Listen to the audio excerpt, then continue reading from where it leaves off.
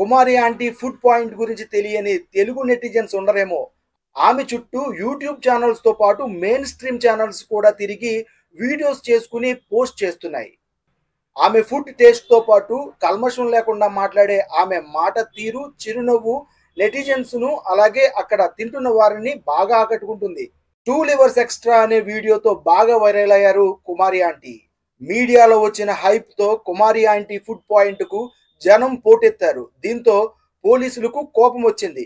కుమారి aunty food point open చేయకూడదంటూ ఆంక్షలు పెట్టారు. ఇవన్నీ పక్కన పెడితే కుమారి ఆంటీ ఆస్తులపై సోషల్ మీడియాలో విపరీతంగా చర్చలు జరుగుతున్నాయి.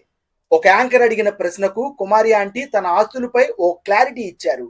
తనకు ఎలాంటి ఆస్తులు లేవని, జగన్ గారు ఇచ్చిన ఒక ఇల్లు మాత్రం ఉందని క్లారిటీ ఇచ్చారు కుమారి ఆంటీ. ఈ విషయాన్ని వైసీపీ పార్టీ ప్రచారానికి ఉపయోగించుకుంటుంది. సామాన్యులే స్టార్ క్యాంపైనర్స్ అంటూ సోషల్ మీడియాలో పెద్ద ఎత్తున పోస్టులు పెడుతుంది వైసీపీ సోషల్ మీడియా విభాగం. ట్రోల్స్ పై స్పందిస్తూ ఒక సందర్భంలో కుమారి ఆంటీ ఏమన్నారంటే, సీఎం రేవంత్ రెడ్డి లేడీస్ కు ఉచిత బస్సు సదుపాయం కల్పిస్తున్నారు.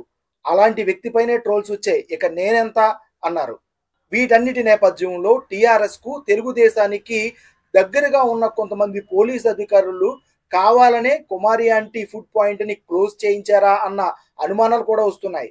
త్వరలోనే సీఎం రేవంత్ రెడ్డి కూడా కుమారి ఆంటీ ఫుడ్ పాయింట్ దగ్గరకు వచ్చి భోజనం చేసి వెళ్తారనేది కూడా తెలుస్తుంది. కుమారి ఆంటీ ఫుడ్ పాయింట్ పై సీఎం రేవంత్ రెడ్డి స్పందించినట్లుగా తెలుస్తుంది.